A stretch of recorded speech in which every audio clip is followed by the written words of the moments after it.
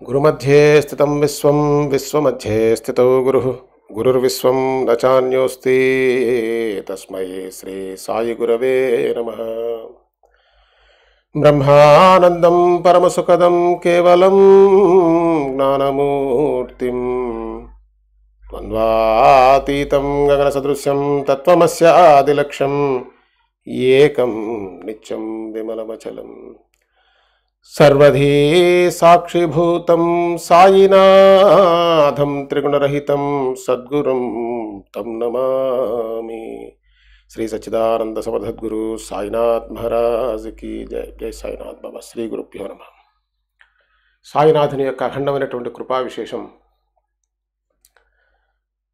శ్రీ సాయి సచ్చరితలో 29వ అధ్యాయం శ్రీ గణేశాయ నమః, శ్రీ సరస్వత్యై నమః, శ్రీ గురుభ్యో నమః, శ్రీ కులదేవతాయ నమః, శ్రీ సీతారామచంద్రాభ్యా నమః, శ్రీ సద్గురు సాయినాథాయ నమః.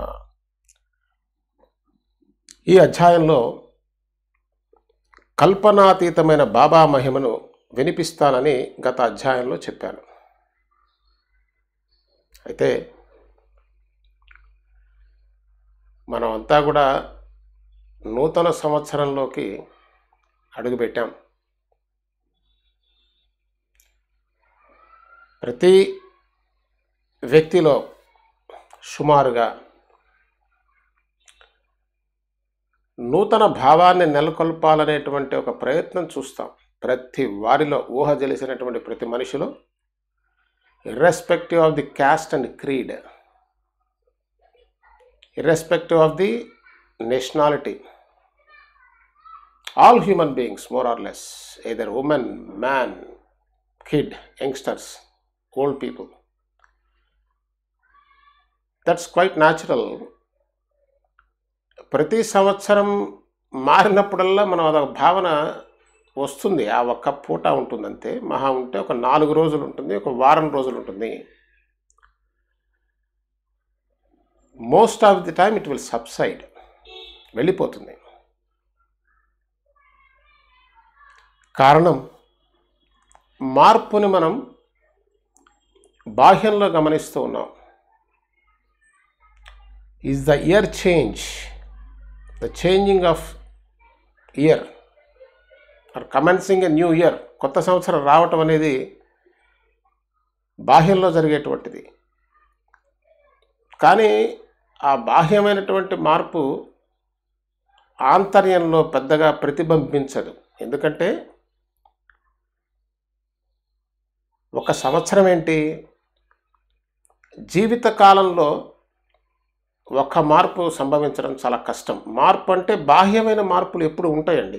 మారుతూ ఉండేదే ప్రపంచం.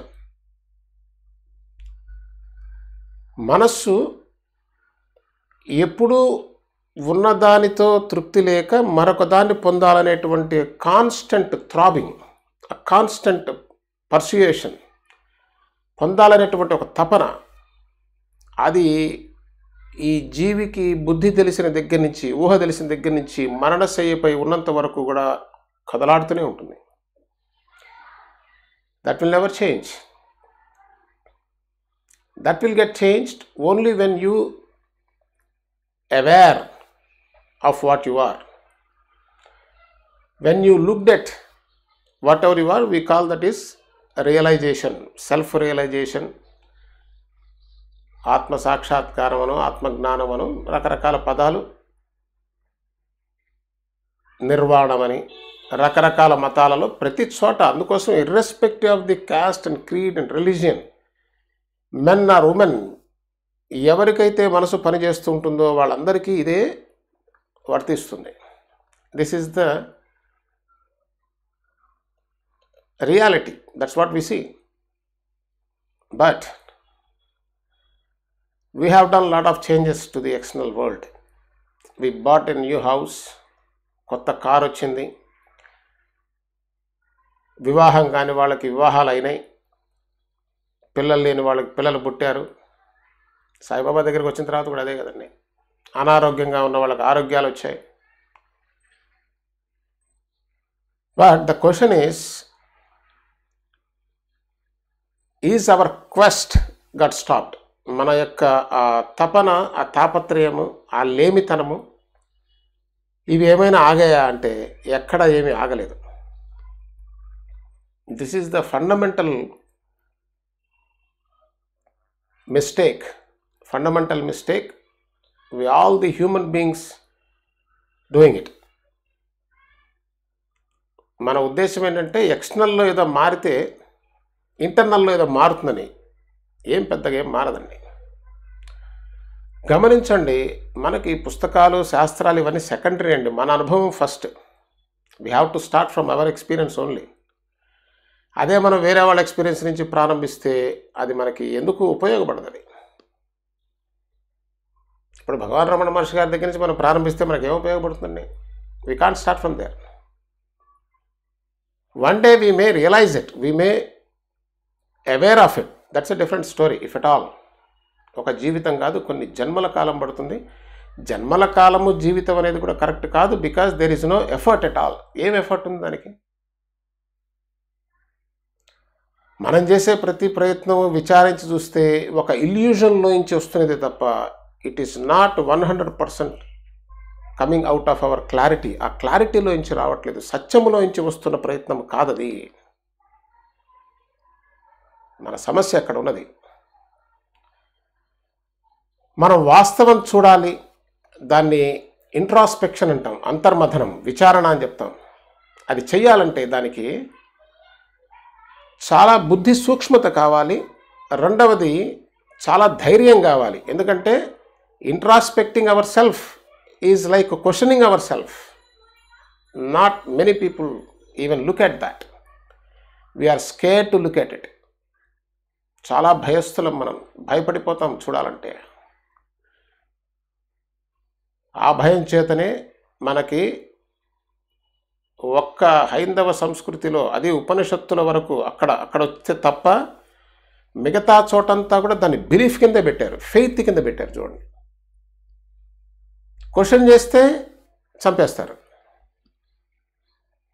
ఏమిటది? బయట ప్రపంచాన్ని క్వశ్చన్ చేస్తేనే. ఒక టెక్స్ట్ బుక్ను క్వశ్చన్ చేయలేడు, అంత బలహీనుడు, అంత భయస్థుడు. Accepting blindly something and moving on is the most easiest thing. దేన్నో ఒకదాన్ని నమ్ముకొని ఆ మార్గంలో ఎవడో చెప్తే దాన్ని ఫాలో అయిపోవడం అనేది చాలా ఈజీ. నిజం చెప్పాలంటే ఒక లేజీ ఫెలో చేసేటువంటి పనిది, ఒక బలహీనుడు, ఒక సోమరిపోతు చేసేటువంటి పనిది. కానీ బుద్ధిమంతుడు దాన్ని యాక్సెప్ట్ చేయడు. He will question. అసలు క్వశ్చన్ చేస్తే చాలా మతాలు అసలు కనుమరుగైపోతాయి, నిలబడవు. అందుకోసమే దాన్ని క్వశ్చన్ చేయనివ్వరు. ప్రశ్నకి నిలబడదు, హేతువాదానికి నిలబడదు. మరి బయట ఉన్న పుస్తకం ఇదే పుస్తకం కదా. We may call it is holy, that's a different story. We can call whatever we want to call. అట్లాగే బయట ప్రపంచంలో అంతా అసలు ఏది మన చేతిలో లేదు అసలు. కానీ బయట మార్పు, నాలో మార్పును తేవాలని ఆశిస్తున్నా, అసలు దాంట్లోనే పెద్ద లోపం ఉందండి. మనం గమనించం, మనం చూడకపోవటానికి రెండు కారణాలు. ఒకటి పిరికితనం, రెండు సోమరితనం. ఈ రెండే. శ్రద్ధ, బాబా చెప్పిన శ్రద్ధ అన్నారు కదా, ఎర్నెస్ట్ అని చెప్తాం ఇంగ్లీష్లో. ఆ శ్రద్ధ ఉన్నవాడు దాన్ని పరీక్షిస్తాడు, అదే పరీక్షిత్. దాన్ని పరిశీలిస్తాడు, వెదకి చూస్తాడు. ప్రహ్లాదుడు చెప్పినట్టుగా గుడ్డిగా పోడండి. గుడ్డిగా పోయేది గొర్రె. No, Baba never said you must follow blindly. ఏకాత్మ భావన కలిగి ఉండటం అంటే is that a blind thing? కాబట్టి ఒకటి మనం గమనిస్తే మన జీవితంలో ఏ ఒక్క ప్యాటర్న్ మారదండి. దీనికి చాలా విచారణ అవసరం. అందుకోసమే ఈ విచారణ ఎవ్వరూ చేయరు. చేసిన వాళ్ళు ఒక భగవాన్ రమణ మహర్షి, భక్త ప్రహ్లాదుడు, ఇటువంటి వాళ్ళు. అందుకే వాళ్ళు మహాత్ములయ్యారు. దానికి కావలసినవి రెండు. బాబా చెప్పినటువంటి సహనం అండి. నిర్భయత్వం ఏది? నిర్భయత్వం అంతా భయమే, అంతా కన్ఫ్యూజనే, చీకట్లో చిందులాట. ఎవడేది చెప్తే అది తీసుకుని పరిగెత్తడం. అది తల ఉండదు, తోక ఉండదు, దాన్ని విచారణ చేసే ఇదే లేదు. నమ్మకం, ఆ నమ్మకం ఎప్పుడు వచ్చిందో కొంపదీస్తుందండి. It must be analyzed, it must be question, it must be 100%. You must understand what it is, then only your mind will accept. Though మన మనస్సుని మభ్యపెట్టి నమ్ము నమ్ము నమ్ము అని చెప్పినా అది నమ్మదు నమ్మదు నమ్మదు. ప్రశ్న వేసుకొని చూడండి అసలు. మరి బాబా శ్రద్ధా సబూరి అంటున్నారు కదా, మనం ఏమాత్రం నమ్మామా అని చూస్తే ఒట్టి డొల్ల కనిపిస్తుంది, డొల్ల. 2 నిమిషాల్లో తేల్చేయచ్చు. It's not possible that way. Baba didn't say that.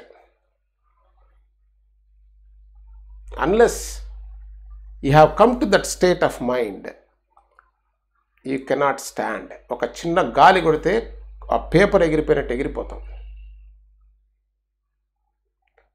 ఇవన్నీ మనకి భయాన్ని కలిగిస్తాయి. అసలే భయస్తున్నాం, ఇవన్నీ వింటే ఇంకా భయం కలుగుతూ ఉంటుంది. ఇదేమిటారు నాయన ఇట్లా ఉంది, ఏదో ఒక నమస్కారం పెడితే అంతా చూసేసుకుంటారులే అనేటువంటి ఆ ఇల్యూజనో బొల్యూజనో దాంట్లోనే హాయిగా ఉంది కదా, అట్లా గడిపేస్తాం కదా అనే భావనే 99.9% ఉంటుంది.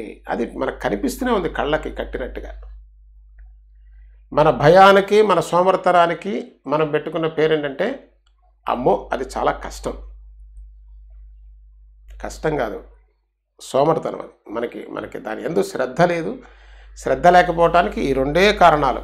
విచారణ చేసి చూడండి. భయపడిపోతాం ముందు, ఆ భయం కొంప తీసేస్తుంది మనల్ని అసలు ముందుకు పోనివ్వదు. అది సాయిబాబా అడిగినటువంటి సహనం. ఇంతకుముందు మన అధ్యాయాలు చూసాం. ఏముంది, అధ్యాయాలు చదువుకుంటూ వెళ్తూ ఉంటాం. రెండవది, ఈ కేవలం చెప్పుకోవటం వినటం కూడా అది మోనోటోనస్ అయిపోయి, మెకానికల్ అయిపోయి, సేమ్ ఓల్డ్ ప్యాటర్న్లోకి వెళ్ళిపోతుందండి. There is nothing new in it. What is new? వాళ్ళు చెప్తే విన్నాం, వీళ్ళు చెప్తే విన్నాం, ఇంకోళ్ళు చెప్తే విన్నాం, మనం చెప్తే ఇంకోటి. This is not the way. That didn't work. ఇంకా సూటిగా ఆలోచన చేసే ధైర్యం ఉన్నట్లయితే ఏ మహాత్ముడు, ఏ అవతారమూర్తి, ఏ గురువు కూడా ప్రపంచాన్ని మార్చల. It is not from the outside source. That is what I wanted you to think about it. ఇది అవుట్ సైడ్ సోర్స్ కాదు మార్చేది నిన్ను. అవుట్ సైడ్ ఫ్యాకల్టీ కాదు నీకు పూర్ణత్వాన్ని ఇచ్చేది.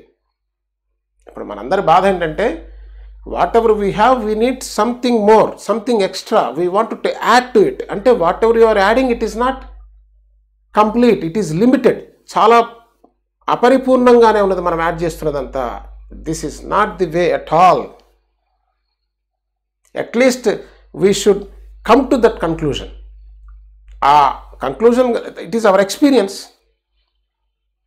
మిలియన్స్ ఆఫ్ ఇయర్స్ నుంచి ఎంతోమంది రియలైజ్డ్ పీపుల్ వచ్చారు, వాళ్ళు రియలైజ్ అయ్యారు, వాళ్ళ మానాన్ని వాళ్ళు సర్దుకున్నారు. ఆ దేహాలంతా కూడా అంతర్ధానం అయిపోయినాయి.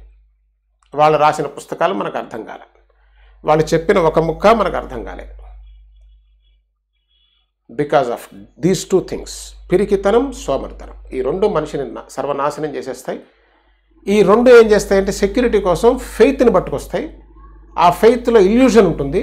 ఆ ఇల్యూజన్లో మనల్ని మనం మభ్యపెట్టుకొని, మోసం పెట్టుకొని బతుకుతున్నా సరే మనస్సు ఒక పక్క నుంచి తోస్తూ ఉంటుంది. కాదు కాదన్న నోరు మొయ్యి, అది నమ్మకం అంతే, నువ్వు నమ్ము అవుతుంది, నమ్ము అవుతుంది. ఈ నమ్మకంలోనే మాయలో మనం జీవితం గడిచిపోతుంది. దుఃఖం వీడదు. నువ్వెంత మభ్యపెట్టినా దుఃఖం ఎక్కడికి పోతుంది, భయం ఎక్కడికి పోతుంది, యాంగ్జైటీ ఎక్కడికి పోతుంది, బాధ ఎక్కడికి పోతుంది. ఎవడన్నా ఒక ముక్క అంటే ఓ ప్రాణం పోతుంది మనకి. ఇంకా ఎందుకంటే అసలు ఈ వాళ్ళని మనం ఉపయోగించుకోవడం చేత కావటంలా, అది వచ్చినటువంటి బాధ. ఆఫ్టర్ ఆల్, ఏదో ఒక మనిషి ఒకడు అన్నాడని కుంగిపోతున్నటువంటి నేటి మానవ సమాజం, ఇంతమంది మహాత్ములు, ఇంతమంది గురువులు, ఇన్ని అవతారమూర్తులు, ఎన్ని కోట్ల దేవతలు, 33 కోట్లు, ఎన్ని కోట్లో చెప్తాం, ఏది కూడా నీవు ఉపయోగించుకోలేనటువంటి దౌర్భాగ్యమైన స్థితిలోకి వెళ్ళిపోయావు మిత్రమా. ఇది సత్యం. అంతేగాని సంవత్సరం మారితే ఏదో అవుతుంది, స్టార్స్ మారితే ఏదో అవుతుంది, that's all. Even all the stars are in favour to you. మనం అంటుంటాం కదా, ఆస్ట్రాలజీని కూడా మనం ఎన్ని చెప్పినా కూడా నమ్ముతాం. అన్ని స్టార్స్ ఫేవరబుల్గా ఉన్నాయి అనుకోండి. పోనీ show me 1% in the entire world is being very happy. That's not possible. We need to realise the truth. The external world, the external situation cannot give you the completeness, period. అయితే మనకేంటంటే introspection చేయడానికి భయం, ప్రశ్నించడానికి భయం. కాబట్టి ఏనాటికి దాన్ని అందుకోలేకపోతున్నాం. కారణం ఇది. గురువులు చెప్పక కాదు, విధానాలు లేక కాదు. ఎవరెవరైతే రియలైజ్ అయ్యారో వాళ్ళందరూ సత్యాన్నే చెప్పారు. చెప్పినప్పుడు వాళ్ళకి తెలుసు వీళ్ళు అందుకునే స్థితిలో లేరని. చేయగలిగింది కూడా ఏమీ లేదు. ఎందుకనంటే అది నీవుగా ప్రయత్నించి తీసుకోవాల్సిందే కానీ ఎవడో జేబులోంచి పొట్లాన్ని తీసి ఇచ్చినట్టు ఇచ్చేది కాదు. కాబట్టి అపోహలకి గుడ్ బై చెప్పాలి. ఇంకెంతకాలం ఇల్యూజన్లో బ్రతుకుతాం. ఇల్యూజన్లో బ్రతకడం అంటే మనల్ని మనం మోసం చేసుకోవటం. ఇక అంతకన్నా దగా కోరుతనం ఇంకోటి ఉండదు. కాబట్టి ఆ బుద్ధిని ఇన్కల్కేట్ చేయాలి. ఆ బుద్ధిని మనం పెంపొందించాలి. It must be sharp like double edged blade. రెండు పక్కల పదునున్న కత్తిలాగా తయారవ్వాలి బుద్ధి. కాబట్టి ఏదో అవుతుంది, ఏదో జరుగుతుంది అనే ఊహలోనే కొన్ని ఏళ్ళు గడిచిపోయినాయి. కొంతమందికి 30 ఏళ్ళు, కొంతమందికి 40, 50, 60, 70. అంటే జీవితం ఈ సంవత్సరాలు గడవటం ఏముందండి, జీవితాలు గడిచిపోతున్నా సరే. మరి సాయిబాబా చెప్పింది కూడా అదే కదా. కాకపోతే మనందరం కూడా ఒక లైన్లో ఉన్నామంటే దాని అర్థం ఏంటి? జన్మలు గడుస్తున్న సత్యం గోచరం కాక ఆ ఇల్యూజన్లో బ్రతుకుతున్నాం. దాని నుంచి బయటికి రాలేకపోతున్నాం. అది వచ్చిన రోజున నిజమైనటువంటి నూతన వత్సరం స్టార్ట్ అవుతుంది. అది వచ్చిన రోజున నిజమైనటువంటి నూతన జన్మ ప్రారంభం అవుతుంది. అదే the intelligent way of living.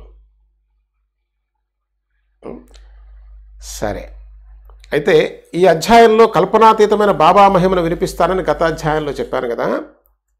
కథానుసంధానం ఒకటే. క్రీస్తు శకం 1916వ సంవత్సరంలో బాబా యొక్క అద్భుత లీలలను విని వారి దర్శనార్థం ఒక భజన మండలి షిరిడీకి వచ్చింది.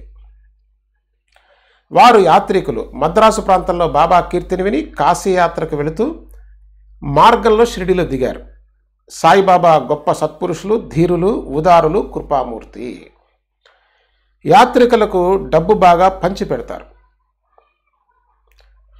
దమ్మిడీలకు దుగ్గానికి లెక్కే లేదు.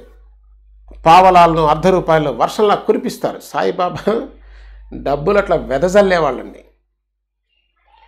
ఒకరికి 10, మరొకరికి 50 అలా ఇస్తుంటారు. పండగ పబ్బాల్లోనో లేక విశేష పర్వదినాల్లోనో కాదు, ప్రతిరోజు అదేవిధంగా సంతోషంగా పంచిపెడతారు. ప్రతిరోజు సాయిబాబా వారికి వచ్చినటువంటి దక్షిణను మొత్తాన్ని పంచేసేవారు. సాయంత్రానికి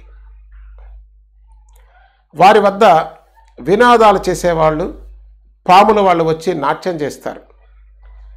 గాయకులు గానం చేస్తారు. భట్రాజులు స్తుతి చేస్తారు. తమాషాలు గారడి చేసేవారు సలాములు చేస్తారు.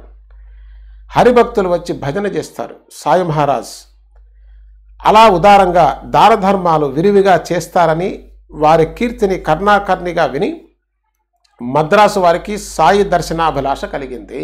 అది వారు ఎందుకు వస్తున్నారండి? డబ్బుల కోసం వస్తున్నారు.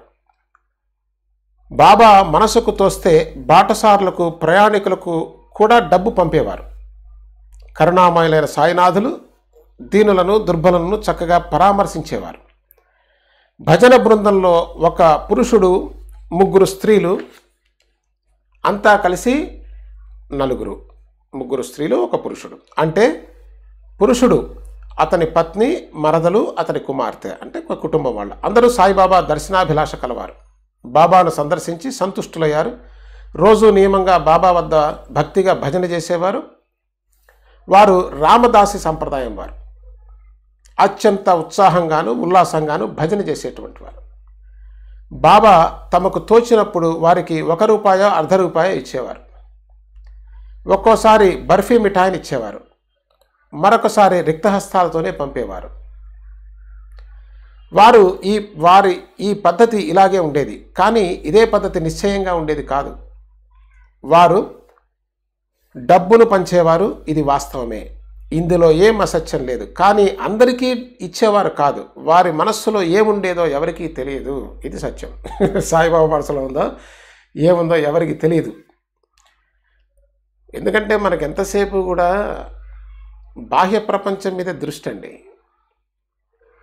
ఎంతసేపు ఇక్కడ కూడా చూడండి, వీళ్ళు ఎంతసేపు డబ్బు డబ్బు డబ్బు. అందుకోసమే పాములు వాళ్ళు ఆడేవాళ్ళు, భట్రాజులు స్థుతి చేసేవాళ్ళు, ఈ నాట్యగత్తలు వచ్చి నాట్యం చేసేవాళ్ళు. ఎందుకు చేస్తున్నారు వీళ్ళందరూ? మనం ఎందుకు వస్తున్నాం? ఇది ప్రశ్న. వాళ్ళు ఎందుకు వస్తున్నాను కాదండి. అది సాయిబాబాని ప్రపంచం చూసినటువంటి దృష్టి అత్యంత దురదృష్టకరం, అంతకు మించేం లేదు. ఫకీర్లు, బిచ్చగాళ్ళు బాబా ద్వారం వద్దకు ఎప్పుడూ వస్తుండేవారు. బాబా గొప్ప కరుణామయులే అయిన అందరికీ ధర్మం చేసేవారు కాదు. ఆ భాగ్యాన్ని పొందే ఘడియ వచ్చిన వారికి ఆ సత్పురుషుని హస్తస్పర్శను పొందిన ద్రవ్యం లభించేది. ఈ విషయంలో శ్రోతలను సంతృష్టిపరిచే ఒక వృత్తాంతాన్ని మనవి చేసి ముందుకు సాగుతాను. ఉదయం పలహారాన్ని సేవించిన తర్వాత బాబా మసీదులో ధుని సన్నిధిలో స్తంభం వద్ద కూర్చొని ఉండగా ఆమని అక్కడికి వచ్చేది. ఆ పిల్లకు 3 ఏళ్ళు.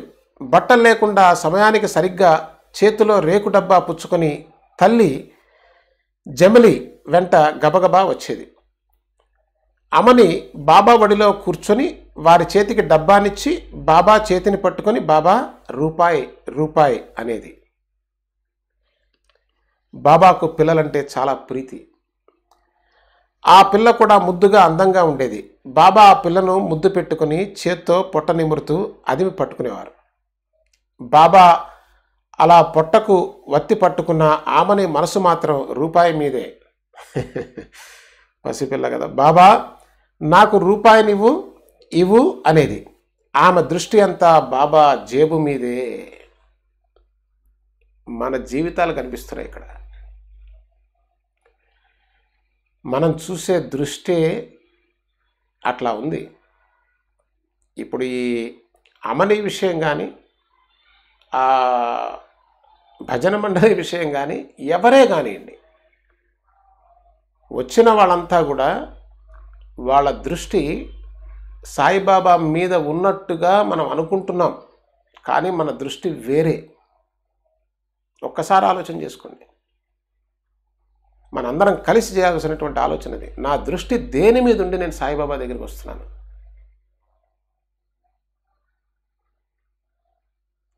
అది మనకు తెలిస్తే తప్ప ముందుకు పోలేవండి.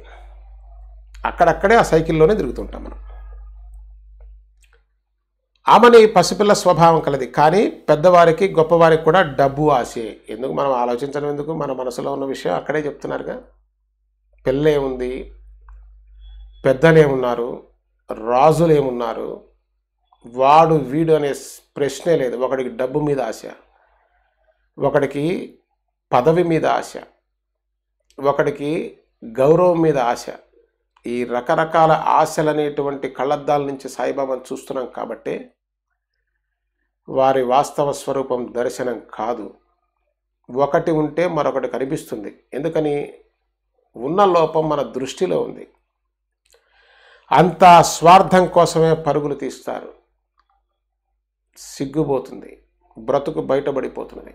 ఎందుకు పరిగెత్తుతున్నావు సాయిబాబా దగ్గరికి? ఏం పని లేకేం బోలెడు పరుంది సాయిబాబాతో, అందుకే పరుగు తీస్తున్నాను. పరమార్థం కావాలని తప్పించేవారు ఒకరిద్దరే. మనం ఆలోచించాల్సిన అవసరమే లేకుండా సచ్చరిత్రే చెప్తున్నది. సాయిబాబానే చెప్తున్నారు. సచ్చరిత్ర నిజంగా సాయిబాబా చెప్పారనే విషయం మనకి ఆ నమ్మకం ఉన్నట్లయితే, పరమార్థం కోసం వచ్చిన వాడు ఎవ్వడు ఒక్కళ్ళు ఇద్దరే అని మాట వరుసకే చెప్తున్నారు. ఆ మాటలోనే ఉంది, వచ్చేదంతా అదే. ఏ ఒకరిద్దరో అంటే అసలు అది లేదని చెప్తే బాగుండదు కదా. ఆ పిల్ల బాబా ఒడిలో కూర్చునేది. ఆమె తల్లి బాబాకు దూరంగా కట్టడా బయట ఉండి, చూడండి అసలు, బాబా ఇచ్చే వరకు వదలకుండా అక్కడే ఉండు అని ఆ పిల్లకు సైగ చేసేది. అది మన మన బ్రతుకులండి ఇవన్నీ కూడా. ఉం? అందుకోసమే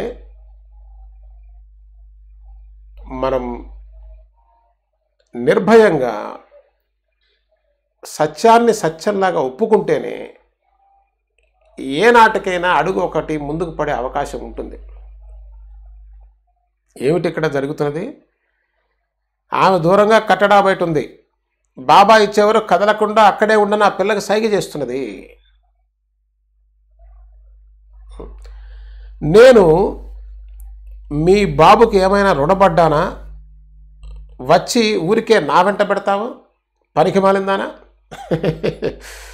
ఊరికే ధర్మానికి తినే రకం అని బాబా కోప్పడేవారు. ఒక్కసారి మనం ఊహించండి, ఎవరిని తిడుతున్నారు సాయిబాబా? అది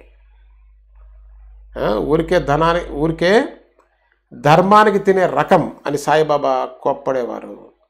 నేను ఏమైనా రుణపడ్డానా? సాయిబాబా చేయలేదండి అని మనకి చాలా సందర్భాల్లో అంటూ ఉంటాం, వింటూ ఉంటాం. ప్రశ్న, ఎందుకు చేయాలి? సాయిబాబా చేస్తా అన్నారు కదండి అన్న సమాధానం కూడా విన్నాను నేను.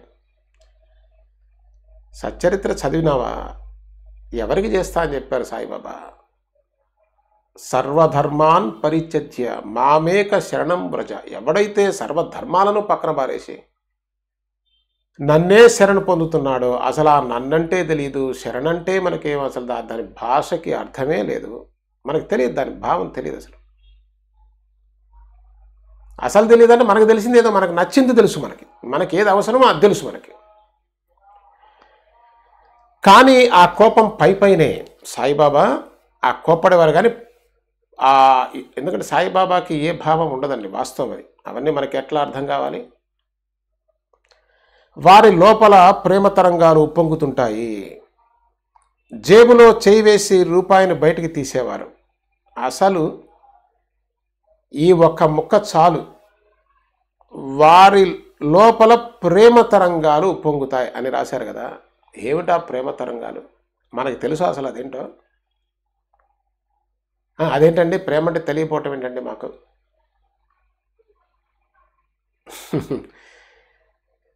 సరే, ఆ డబ్బాలో వేసి గట్టిగా మూసేసరికి టక్కుమని చప్పుడయ్యేది. డబ్బా చేతిలో పడగానే ఆ పిల్ల వెంటనే ఇంటి దారి పెట్టేది. వచ్చిన పర్పస్ అది కదా. ఇలా ఉదయం పలహార సమయాలు జరిగేది. అట్లే బాబా లెండికి బయలుదేరేటప్పుడు కూడా బాబా ఆమెనికి అలాగే కోప్పడుతూ రూపాయిని ఇచ్చేవారు. ఇలా ప్రతిరోజు ఆమెనికి 2, జమలీకి 6, దాదా కేల్కర్కు 5, భాగ్యాకు సుందరికి చెరో 2, తాత్యాకు 10 నుండి 15, ఫకీర్ బాబాకు 15 నుండి 50 వరకు, పేదవారికి 8 నిత్యనియమంగా పంచేవారు. ఇంకా ఎక్కడికి పోతారు జనం చెప్పండి? డబ్బులు పంచితే. డబ్బులు పంచుతున్నారంటే డబ్బులు ఏంటండి? ఒక ఏదో వస్తువు పంచుతున్నారంటేనే మనం అసలు ఎవడన్నా వదిలిపెడతాడా? ఇటువంటి వారి దానశీలత కీర్తి విని మద్రాసు బృందం, అంటే చూడండి మనకి దానికి ఏం పేరు పెట్టుకున్నామంటే మనం, అది కరుణ. అంతేగాని సాయిబాబా అలా ఎందుకు ఇస్తున్నారు? దాంట్లో ఏమన్నా పరమార్థం దాగి ఉందా? ఏం బోధించాలని? సాయిబాబా ప్రతిచర్య పరిపూర్ణమైనటువంటి రాశీభూతమైనటువంటి జ్ఞానస్వరూపం సాయినాథుడు. మనం ఊరికే మాటల్లో మాట్లాడతాం, we don't know what it is. Baba దయామయుడండి అని చెప్తాం. ఎట్లా దయామయుడయ్యా చెప్పును? నాకు కావాల్సినవన్నీ చేసి పెడతారండి అంటే, చేయకపోతే కానట్టేయా. కాబట్టి ఆ పదాలు వింటున్నామే తప్ప ఆ పదాలకి మనం వేసుకున్న అర్థం, ఎవరికి అర్థం వాళ్ళకున్నది, అసలు అర్థం తెలియదు మనకి. That is the reality.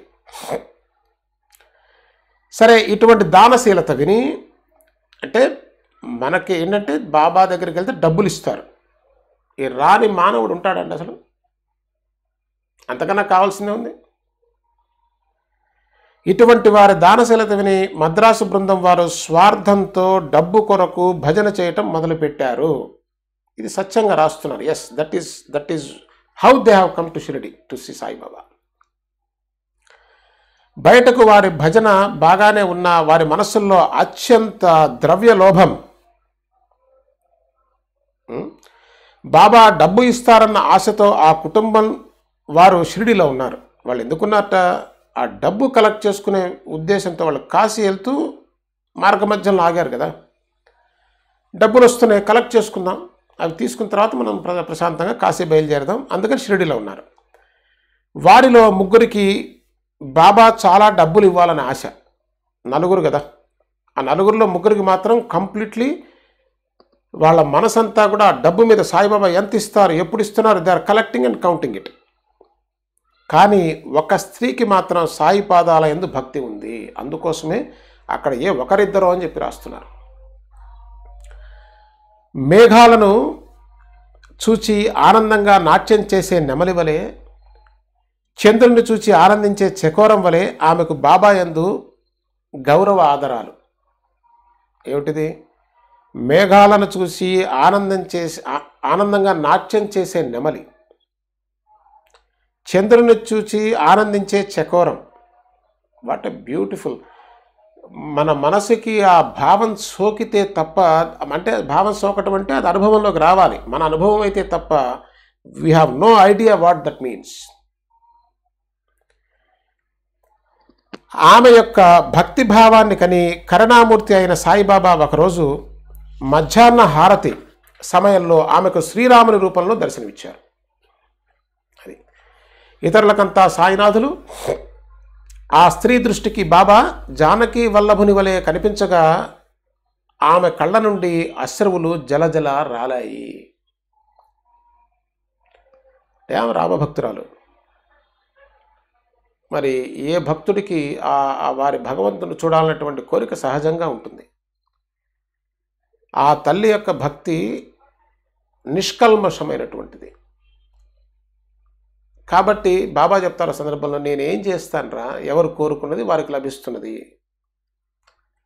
ఆ తల్లి కోరుకున్నది నిష్కల్మషంగా, అది మనం దాచలేము. ఆ నిష్కల్మషంగా కోరుకున్నటువంటి కోరిక నెరవేరింది. ఏది? డబ్బు ఇచ్చే అవకాశం ఉన్నప్పుడండి. Point is that. మనం మామూలుగా దర్శనమైతే బాగుంటుంది, దర్శనమైతే మంచిది, దర్శనమైతే ఒక ఆనందం ఉంటుంది అని చాలా లైట్ నోట్లో అనుకోవడానికి, అన్నిటినీ పక్కన పెట్టి, అన్నిటినీ ఇక్కడ పక్కన పెట్టడం అంటే ఆమె ధనం ఇస్తున్నా సరే ఆ ధనం మీద ఆమెకు మనసు లేదు. That is the point here. లేకుండా కేవలం సాయినాథుని యందు ఆ పరిపూర్ణమైన ఆ భావం ఏమిటో మనకు తెలియదు. అది పరిపూర్ణమైనది, చాలా శుద్ధమైనటువంటిది, పవిత్రమైనటువంటిది అనేది మనకి తెలుస్తున్నది.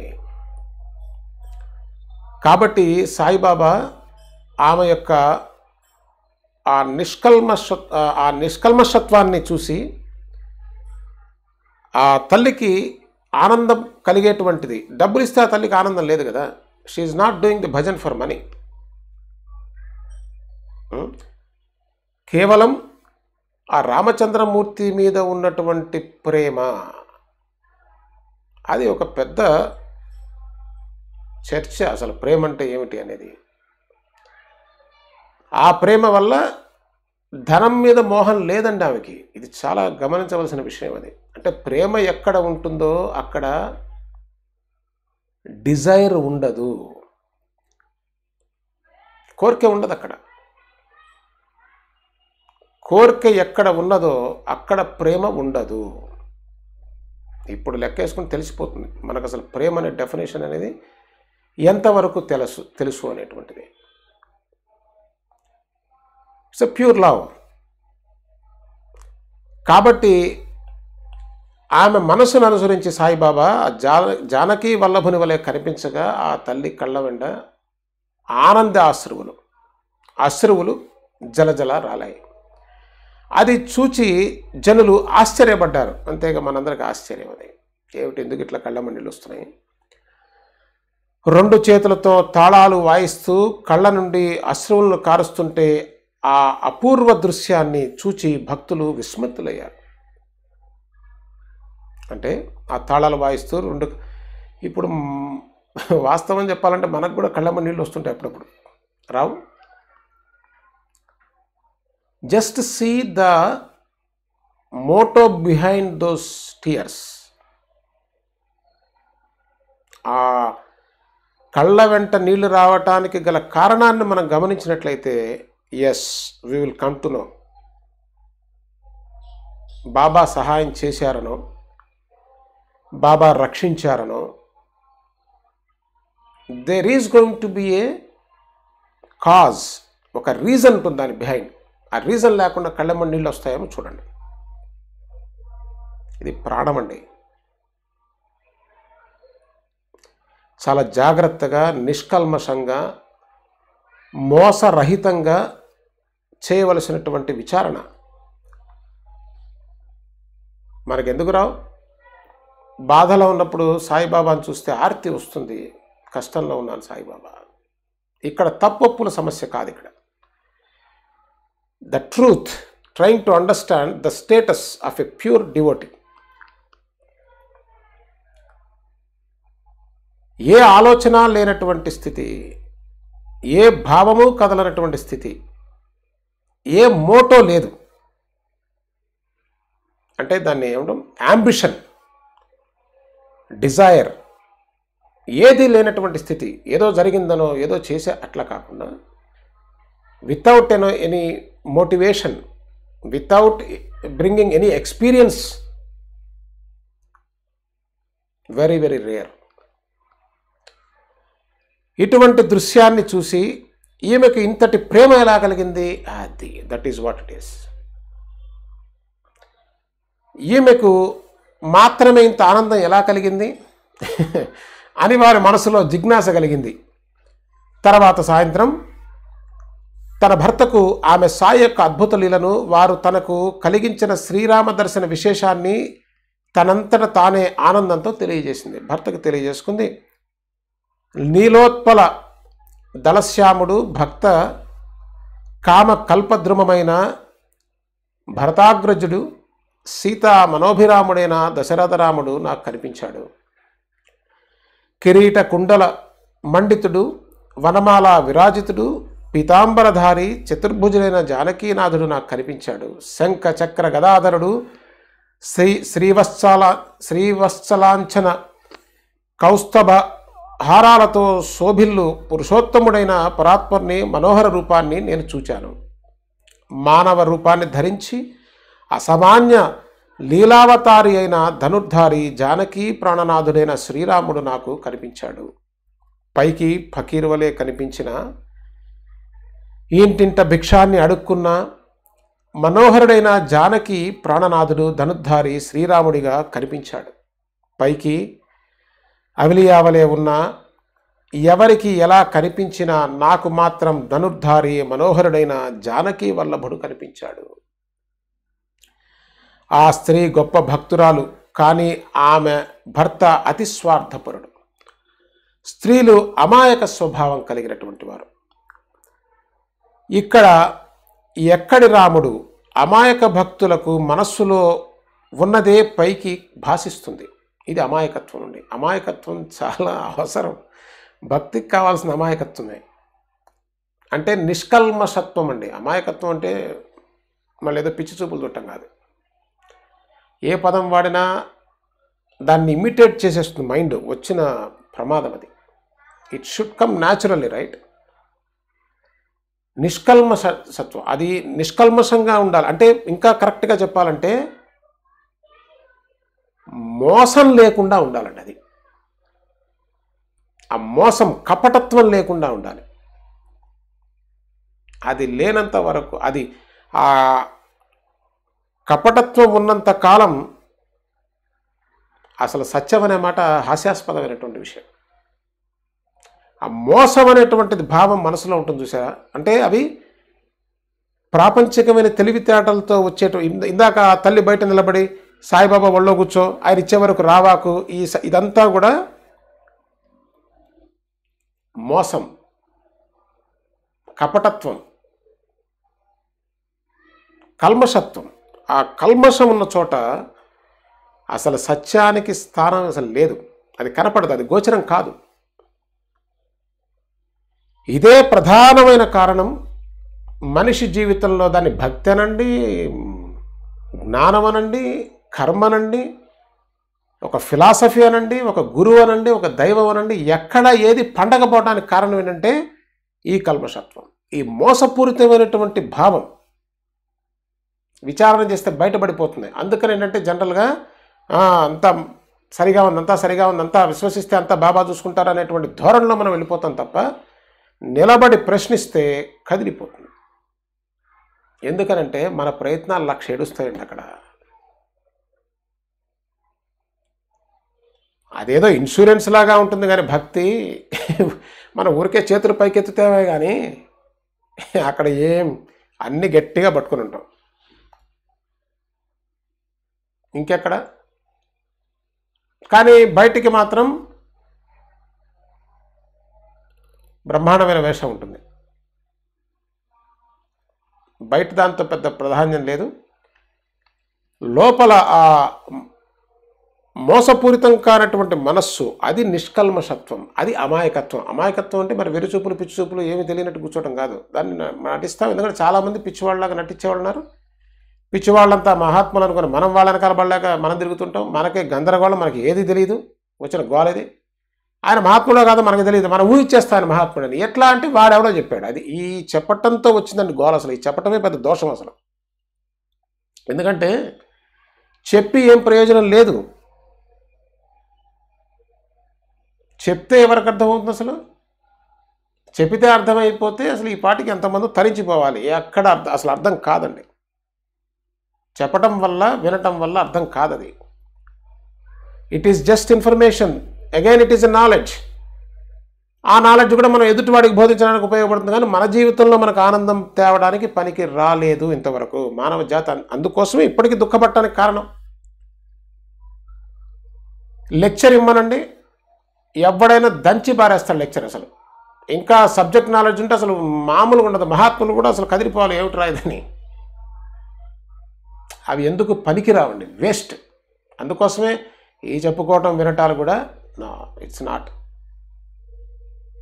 ఏమవుతుంది? You will gain one more some more knowledge, that's all. Knowledge is not going to give you the freedom.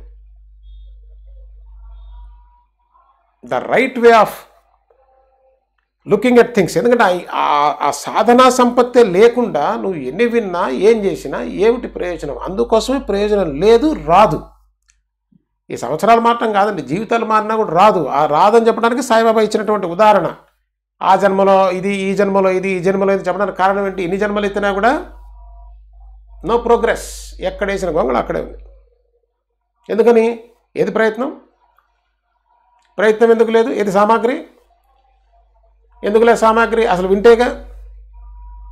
వినటానికి ఏం బాధ? బోలెడు బాధలు ఉన్నాయి. ఒక పెద్ద స్ట్రక్చర్ తిరుగుతున్నదండి. మనకి తెలిసినా తెలియపోయినా psychological structure is the big time obstacle. That is what we are. That psychological structure is ourself. Can we really attack that structure? No way, we cannot. We cannot and we don't want to, because we feel that is a great security for us. See, the vicious cycle of this sorrow. కాబట్టి అమాయక భక్తుల మనసులో ఉన్నదే పైకి భాషిస్తుంది. మాకందరికీ సాయిబాబా కనిపిస్తే ఈమెకి మాత్రం రాముని రూపం ఎలా కనిపించింది అని నానా రకాలుగా కుతర్క బుద్ధితో ఆమెను అవహేళన చేశాడు. ఇది జనరల్గా చేసేది ఏంటంటే మనకు అర్థం కానప్పుడు దాన్ని ఆ క్యారెక్టర్ అసాసినేషన్ అంటాం. మనం ఆ క్యారెక్టర్ని చంపేస్తాం, క్యారెక్టర్ని వక్రీకరిస్తాం. ఏం తేడా లేదండి. ఇప్పుడు అతనికి మామూలు జనాలకి ఏముంది? Character will assassinate the character. Will talk so loose about it because we cannot reach it. తనకి అలా కనిపించదు, తన ఆ స్థితికి వెళ్ళలేకపోయాడు. నెక్స్ట్ ఏం చేయాలి? దాన్ని కండెమ్ చేయాలి. ఎంత మోసపూరితమైనదో మనసు గమనించండి. నిత్యం జీవితంలో చక్కగా కనిపిస్తుంటాయి ఇవన్నీ. అవి చూడం మనకి భయం, దానిపైన మాస్క్ వేసేస్తాం.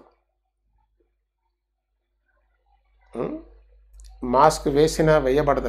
అది వెంటాడి వెంటాడి చంపుతున్నది అదే మనల్ని, వేరేదేం కాదు. అయినా ఆమె మనసులో ఏమీ బాధపడలేదు. ఆయన అవహేళన చేశాడు. అంటే కుతర్కం అండి, తర్కం వేరు కుతర్కం వేరు. ఆమెను అవహేళన చేసిన ఆమె బాధపడలేదు. Because he is not looking for his confirmation. ఆ భర్త ఏదో దాన్ని సర్టిఫై చేయాలని చెప్పలే. ఆమె పొందిన ఆనందాన్ని సహజంగా పువ్వులోంచి సుగంధం వచ్చినట్టుగా, సూర్యుల్లోంచి కాంతి వచ్చినట్టుగా, ఆ చల్లటి మలయ మారుతుల్లోంచి వచ్చిన ఆహ్లాదకరం వచ్చినట్టుగా సహజ సిద్ధంగా ఆమెలోంచి ఆ ఆనందం బయటికి ప్రవహించింది. అంతేగాని she's not looking for his certificate, she's not looking for his confirmation. అతనేదో కన్ఫర్మ్ చేయాలని చెప్పలేదు ఆమె, కాబట్టే బాధపడలేదు. అదే మనం జనరల్గా ఏం చేస్తామంటే, ఎవరికైనా ఏదైనా చెప్తే దాన్ని తక్కువగా మాట్లాడితే మనం నొచ్చుకుంటాం. ఎంత వ్యత్యాసం కనిపిస్తుందో చూడండి ఒకసారి. మనం ఏదైనా చెప్పాం, అందుకోసం ఏం చెప్తారంటే వాళ్ళకి చెప్పేందుకంటే మనం బాధపడటం. అంటే మనం ఎందుకు చెప్తున్నామంటే ఎప్రిసియేషన్ కోసం చెప్తున్నాం. వచ్చిన గోలది. అందుకోసమే విచారణ చేస్తే మొత్తం ఎగిరిపోతుందండి, ఏం మిగలదు అసలు. విచారణ చేసి చూస్తే తెలిసిపోతుంది మన బిహేవియర్ మొత్తం. విచారణ అంటే మన బిహేవియర్ని ముందుకు తీసుకొచ్చి చూడటం అండి. మన పర్సనాలిటీని, మన కాన్షియస్నెస్ని మొత్తాన్ని బయటికి తీసుకొచ్చి అట్లా పెడితే మనకే జుగుప్సాకరంగా ఉంటుంది. అది చేయకుండా ఈ భక్తి ఇవన్నీ ఒట్టి మాటలు, అవి ఒక్కనాడికి జరిగే పని కాదు. అదంతా కూడా ఇల్యూషన్, అంటే భ్రమలో ఉంటుంది.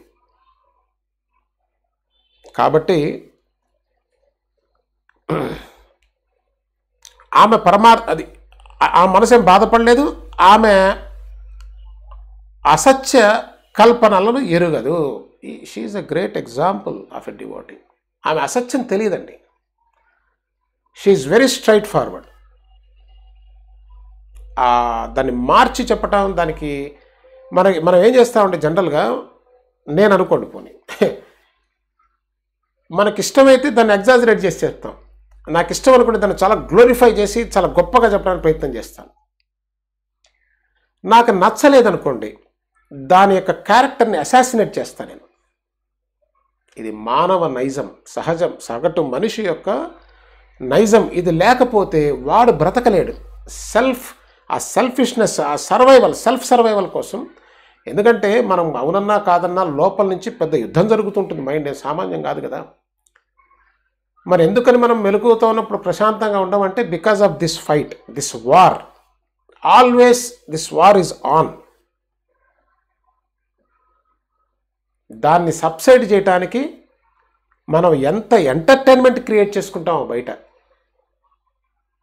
అది సినిమానే కావచ్చు, అదో భజనే కావచ్చు, అది గుడికి పోవటమే కావచ్చు, లేదంటే ఏదో మనకి ఇష్టమైనది వినటమే కావచ్చు, మ్యూజికే కావచ్చు. We have created enormous things outside. దేనికి? To answer that fight. We can't sit just like that, right? Why not? ఎందుకు కూర్చోలేం మనం? మనకి ఎప్పుడు ఎవరో ఒకరితో మాట్లాడుతూ ఉండాలి. ఎప్పుడు మనకు ఇంకొకళ్ళు కావాలి. ఎందుకు? We wanted to get away from that fight. We wanted to forget from that fight. ఆ యుద్ధాన్ని మనం మర్చిపోవడానికి ఒక సినిమా చూస్తాం, ఒక సీరియల్ చూస్తాం, ఒక ఎంటర్టైన్మెంట్ ఎత్తుకుంటూ ఉంటాం, ఒక కొత్త ఇల్లు కొని ఆనందించాలని చూస్తాం, ఒక కొత్త కారు కొనాలని ఆలోచిస్తాం, ఒక సమ్ ఎక్సైట్మెంట్ కోసం మనం వెతుకుతుంటాం, ఒక కొత్త సెన్సేషన్ కోసం మనం వెతుకుతుంటాం. ఎప్పుడు కూడా అబ్జర్వ్ చేస్తే ఏవి ఎంత బయట బిల్డ్ చేసినా దీన్ని ఆపలేవు. తేలిపోయింది కదా. నేను ఏమి తేనివ్వండి, అది లోపల నుంచి యుద్ధం చేస్తూనే ఉంటుంది. కాబట్టి దానికి అసలైన మార్గం ఆమె అసత్య కల్పనలను చూసారా. అసత్యం అనేటువంటిది కపటత్వం లేకపోవటం, కల్పన అనేటువంటిది ఇల్యూజన్ లేకపోవటం. ఆ ఇల్యూజన్తో మనం జీవితాంతం మోసపోతున్నామండి. ఊహిస్తాం. ఇల్యూజన్ అంటే ఏం లేదు. మైండ్కి ఏం పని ఉంది? రెండు పనులు. ఒకటి రికార్డ్ చేయటం ఇన్ఫర్మేషన్ని, ఆ రికార్డ్ చేసిన దాని ఇష్టారాజ్యంగా అది ఊహాగానంలో బ్రతికేయటం. అది illusion which is not real. సరే, ఆ సంగతి తర్వాత ఇది ఆమె పరమార్థంలో అది వరకే అర్హత పొందిన ప్రసిద్ధిని సంపాదించుకున్నది. She's not a normal lady, not a normal human being. ఆమె పరమార్థంలో ఇందాకే చెప్పారుగా, అసలు పరమార్థం కోసం సాయిబాబా దగ్గరికి వచ్చిన వాళ్ళు ఒకళ్ళిద్దరు కూడా ఉన్నారో లేదో అన్నట్టు చెప్పారు కదా. కానీ ఈమె ఆ ఒకళ్ళిద్దరిలో ఉన్నది. ఆమె పరమార్థంలో అది వరకే అర్హత పొందిన ప్రసిద్ధిని సంపాదించుకుంది. అంటే ఇట్ ఈస్ వెల్ నోన్. ప్రసిద్ధి అంటే జనాలకు తెలుసు. ఆమెకు అలా అప్పుడప్పుడు రాముని దర్శనం కలుగుతుండేది, అది విషయం అంతే. ఇది ప్రథమం కాదు, ఆమెకి తరచుగా రామ దర్శనం జరుగుతుండేది. కానీ తర్వాత ద్రవ్యలోభం కలిగింది. ఇంకా ఎవడండి బ్రతికే చెప్పండి? అంత అనుభవం ఉన్నా సరే తర్వాత ద్రవ్యలోభం కలిగింది. ఇది ఎంత డబ్బు వద్ద దేవుడు ఉండడు, డబ్బు వద్ద దేవుడు ఉండడు, ఇంకో దాని దగ్గర దేవుడు ఉండడు కాదు. If there is a motive, that's all. You can never experience the truth, as simple as this. ఒక దేవుడు ఆల్సో, ఈ డబ్బు ఉన్న చోట దేవుడు అంటే you can take it is a truth. ఎక్కడైతే ఒక డిజైర్, ఎక్కడైతే ఒక మోటివ్ ఉంటుందో, there you can not know the truth because that desire will cover the truth. అంటే కాన్ఫ్లిక్ట్ వచ్చేస్తుంది అక్కడ. అందువల్ల ఆమెకు రాముని దర్శనం కరువైపోయింది. చూసారా, అసలు ఇది చాలా అద్భుతమైనటువంటి విషయం, చిన్న విషయం కాదు ఇది. మన జీవిత కాలం శ్రద్ధాభక్తులుంటే చేస్తామండి, మామూలుగా చేయలేం మనం. ఎందుకు ఒట్టి మాటలు చెయ్యాలనే ఒక అత్యాశ అని చెప్పాలి. ఎందుకంటే దాని తాలూకా సామాగ్రి ఏది, అది ప్రశ్న. ఇంత అమాయకమైనటువంటి నిష్కపటమైనటువంటి భక్తురాలి పరిస్థితే జారిపోయింది అక్కడ. ఎక్కడ? డబ్బు దగ్గర జారిపోయింది. మరి ఉపాసని బాబాని తీసుకోండి, ఆయనేం సామాన్యుడా? సాయిబాబా ఊరికే ఉపాసన రాగానే వీడు నా వారసుడు, నిన్ను సద్గురుగా ప్రకటిస్తాను అని ఇవన్నీ తమాషాగా చెప్పారా? నో. నిర్వికల్ప సమాధిలో చాలా కాలం ఉన్నాడు ఉపాసని. ఆయన చిన్న విషయమేం కాదు అది, but not the ultimate one. చిన్న విషయం కాదు అట్లా అని చెప్పి అదే పరిపూర్ణత్వం కాదు, తేలిపోయింది కదా. ఇప్పుడు అర్థమవుతుందండి ఆ పరిపూర్ణత్వం అనే దానికి ఏ క్వాలిటీస్ కావాలి అనేటువంటి చాలా ప్రధానమైనటువంటి విషయం. యోగం కొంతవరకే, కానీ మరి ఆ యోగ మార్గంలో ఆ గుహలో షిరిడీకి వచ్చే ముందు ఎన్ని రోజులు అట్లా దేహస్మృతి లేకుండా పడిపోయి ఉన్నాడో. కానీ నిజం నిష్కర్షగా చెప్పాలంటే లోపల జిడ్డు వదలల. దీన్ని బట్టి తెలుస్తుంది మనకి, ఊరికే కబుర్లు చెప్పడం కాదు. ఏముంది, ఎదుటివాడిని మోసం చేయడం చాలా తేలిక. ఎందుకంటే జోగి ఇద్దరు, వాడికి తెలియదు వీడికి తెలియదు కాబట్టి ఏదో 4 ముక్కలు గట్టిగా చెప్తే అయిపోయా. అదే బాపతు ఇప్పుడున్న ప్రపంచంలో అంతా. అంతేగాని సాయిబాబా చెప్పినట్టు ఇవాళ రేపు అందరూ దొంగలేరా అని చెప్పారు సాయిబాబా. అంతా మోసగాళ్ళు, చెప్పేదొకటి చేసేదొకటి. చెప్పేదొకటి చేసేదొకటి ఎందుకు అవుతుందంటే అక్కడ వాడికి డిజైర్ ఏదో ఏడిసింది, అది విషయం. అది మోసం చేస్తున్నది. There is a motive, there is an ambition. అది మొత్తం గందరగోళం చేస్తుందండి, ఉల్టా పల్టా చేసేస్తుంది. అది వాడు చేస్తున్నాడు, వీడు చేస్తున్నాడు, అందుకని ఇది తెగదిహ. మరి ఉపాసనకి దిక్కు లేదు. యోగ మార్గంలో ఆ స్థితికి వెళ్ళినా అది అల్టిమేట్ కాదు. భక్తి మార్గంలో వచ్చినా అది అల్టిమేట్ కాదు. కనిపిస్తున్నది మనకు క్లియర్గా. మరి రామదర్శనమైంది, అంతకుముందు అవుతూ ఉండేది, కానీ జారిపోయింది. ఎక్కడ? డబ్బు దగ్గర. లోభత్వం అండి, అంటే desire. I want to have it, it's over, right? ఎందుకని? మనసు అటు వెళ్ళిపోయింది. అక్కడ కాన్ఫ్లిక్ట్ వచ్చేసింది. ఏదో పొందాలి, ఏదో చెందాలి, డబ్బు కావాలి. దానివల్ల అదే చెప్తున్నారు కదా, ఆమెకు రామదర్శనం కరువైంది. ఇది లోభ స్వభావం. ఆ లోభం ఉంటే ఆ మాదిరిగానే అవుతుంది. సాయిబాబాకు ఇదంతా అవగతమే. ఆమె పాపాలు తొలగిపోయినట్లు గ్రహించి ఆమెకు మరలా రాముని దర్శనాన్ని కలిగించి ఆమె కోరికను తీర్చారు సాయిబాబా. తర్వాత అదే రాత్రి ఎలాంటి వింత జరిగిందంటే, ఆ గృహస్థుడు నిద్రలో భయంకరమైన కలగన్నాడు. ఆమె భర్త ఉన్నాడు కదా, హేళన చేశాడు కదా, ఒక భయంకరమైన కళ. ఏమిటది? తాను ఒక పట్టణంలో ఉండగా తనను ఒక పోలీసు పట్టుకుని తన చేతులను వెనక్కి విరిచి కట్టి అక్కడే వెనక నిలబడి త్రాటి 2 కొసలను గట్టిగా బిగుస్తున్నాడు. అది ఏమిటా కళ? ఒక పోలీసు పట్టుకున్నాడు, ఆ చేతులు 2 వెనక్కి విరిచి కట్టాడు, అక్కడే వెనక నిలబడి ఆ త్రాటితో 2 కొసలను గట్టిగా బిగుస్తున్నాడు. చేతులు మొత్తం కట్టేశాడు వెనక్కి విరిచి. అదే స్థలంలో ఒక పెద్ద పంజరం ఉంది. దాని బయట ఆ సమీపంలోనే సాయిబాబా ఆ దృశ్యాన్ని చూస్తున్నట్లు ఊరికే నిల్చున్నారు. అది సీన్ ఏంటి? కల్లో భర్త నిలబడున్నాడు, చేతిలో వెనక్కేసి కట్టేశారు, పోలీసు అక్కడే ఉన్నాడు, ఎదురుకుండా సాయిబాబా చూస్తున్నారు. అక్కడ ఒక పంజరం కూడా ఉంది, అంటే ఒక జైలు లాంటిది. అతడు సాయి మహారాజును తన సమీపంలో చూచి 2 చేతులు జోడించి దీనంతో దైన్యంగా, ఇదండి బాబా, మీ కీర్తి విని మీ పాదాలకు వద్దకు వస్తే మీరు ఇక్కడే ప్రత్యక్షంగా ఉండగా మాకు ఈ దుస్థితి ఎందుకు అని అన్నాడు. చేసుకున్న కర్మనంతా అనుభవించి తీరాలి అని సాయి మహారాజ్ జవాబిచ్చారు. అసలు ఈ కాన్వర్సేషన్ అన్బిలీవబుల్ అండి. If you can really understand the depth of it, extraordinary conversation ఇది. కాబట్టి ఎంత ముందుకు తీసుకొని వెళ్దాం అనుకున్నా అది ఏంటంటే కొన్ని మరి చూడవలసినటువంటి అవసరం ఎంతైనా ఉన్నది. ఈ విషయాన్ని జాగ్రత్తగా పరిశీలన చేద్దాం సాయిబాబా వారి యొక్క అనుగ్రహం చేత. ఎందుకంటే this is after all our life. సమర్థ సద్గురు సాయినాథ్ మహారాజ్కి జై. జై సాయినాథ్ బాబా. శ్రీ గురుభ్యో నమః.